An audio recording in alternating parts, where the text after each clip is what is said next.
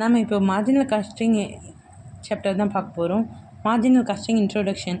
Technique of costing. The following are the technique of costing. Marginal costing, standard costing, budgetary control. The following are technique costing வந்து இந்த 3 டைப்ஸை follow பண்ணுது. Marginal costing, standard costing, budgetary control. இப்போ நம்ம அதில் பார்க்க போகிறது marginal costing. Marginal costing is a technique of cost control. அது காஸ்ட் கண்ட்ரோல் பண்ணுறதுக்கு மார்ஜினல் காஸ்டிங் வந்து டெக்னிக் காஸ்ட் கண்ட்ரோல் பண்ணுறதுக்கு யூஸ் ஆகுது. Some of variable cost is called marginal cost. Total variable cost is called marginal cost. What is total variable cost? Prime cost plus variable cost, total variable cost. Prime cost means what? Direct material, direct labor, direct expense. Also prime cost. That also called variable cost plus variable cost, total variable cost. It said management in taking decision based on contribution of the product. Management decision make பண்ணுறதுக்கும் marginal cost use ஆகுது. Decision taken on the basis of marginal costing. Usage of limited source, limited factor. Make or buy component. Shutdown or continuation department. Sales mix of product. Acceptance or rejection of export order.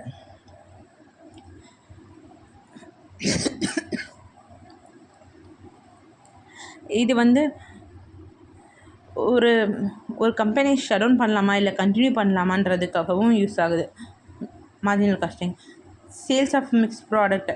இப்போ நம்ம ஒரு 10,000 unit sales பண்ணுறோன்னா extra ஒரு 100 unit sales பண்ணலாமா அப்படின்றதையும் decide பண்ணுறதுக்கும் use ஆகுது.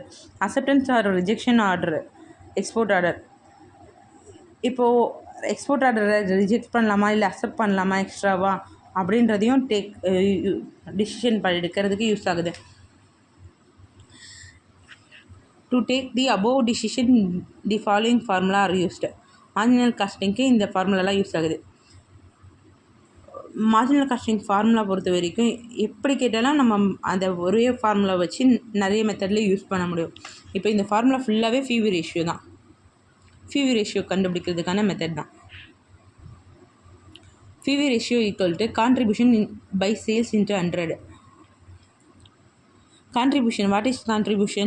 Sales minus variable cost is contribution. Contribution ratio is PV ratio. Contribution ratio is called PV ratio. இப்போ வந்து சேல்ஸ் இன்ட்டு சேல்ஸையும் பிவி ரேஷியோவும் கொடுத்துட்டு கான்ட்ரிபியூஷன் கேட்டாங்கன்னா cross multiplication. PV ratio sales into PV ratio பண்ணால் உங்களுக்கு கான்ட்ரிபியூஷன் கிடச்சிடும். இப்போது நெக்ஸ்ட்டு வந்து இப்போது சேல்ஸு கேட்குறாங்க, கான்ட்ரிபியூஷனும் பிவி ரேஷியோவும் கொடுத்துட்டாங்க. கான்ட்ரிபியூஷன்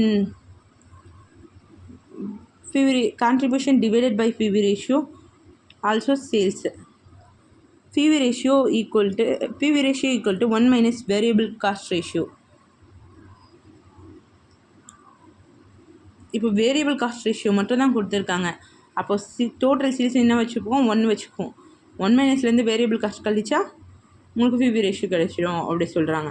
இதை நம்ம சம்மில் அப்ளை பண்ணி பார்ப்போம். நெக்ஸ்ட்டு வந்து இந்த ஃபார்முலாவும் யூஸ் பண்ணலாம். வேரியபிள் காஸ்ட் ரேஷியோ கேட்குறாங்க, பிவி ரேஷியோ கொடுத்துட்டாங்க. 1 minus PV ratio is variable cost ratio.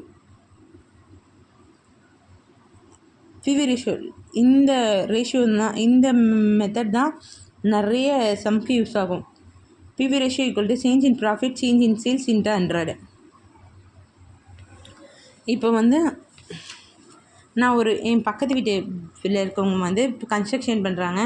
அவங்களுக்கு ஒரே ஒரு யூனிட் டிஎம்டி கம்பி வந்து குறையுது. ஓகேவா?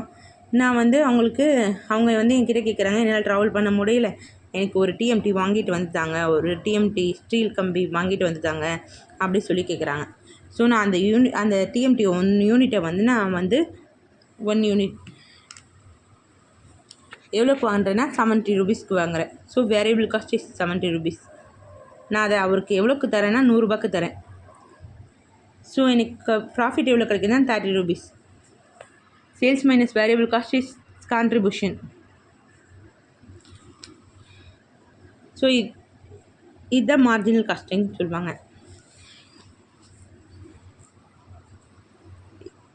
இப்போ கான்ட்ரிபியூஷன் பை சேல்ஸ். கான்ட்ரிபியூஷன் இங்கே என்ன எவ்வளோ 30%.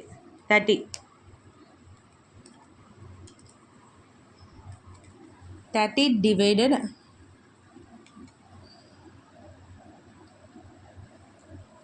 100 ஈக்குவல் டு இன்ட்டு 100 போட்டோன்னா நமக்கு பிவி ரேஷியோ கிடச்சிடும்.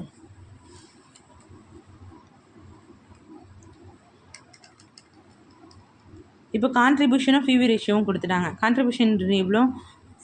கான்ட்ரிபியூஷன் 70, பிவி ரேஷியோ இல்லை சாரி கான்ட்ரிபியூஷன் 30, 100 மைனஸ் 70 தெரியுதுல்ல. So contribution ratio also 30%. Contribution ratio தான் பிவி ரேஷியோ.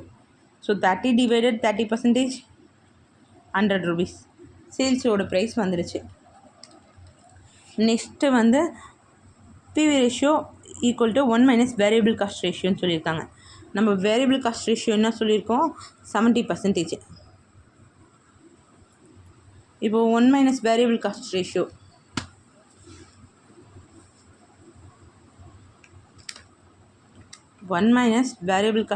70%. 0.3 உங்களுக்கு 30% கிடைச்சிடுச்சு.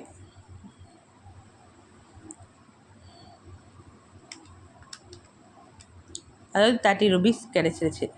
ஓகேம்மா. நெக்ஸ்ட்டு வந்து